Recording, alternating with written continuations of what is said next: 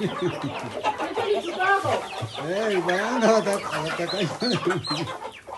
Hawa alikuwa njaa. Mpaka alikuwa ameweka chakula asubuhi. Alikuwa ameweka.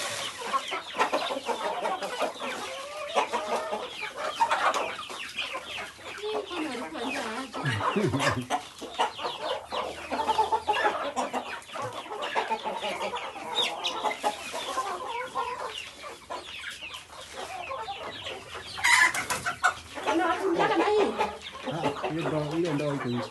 Ile ndogo? Ile ndoo iko nje. Ndoo. Sasa tayari wamekula ndoo moja wamemaliza.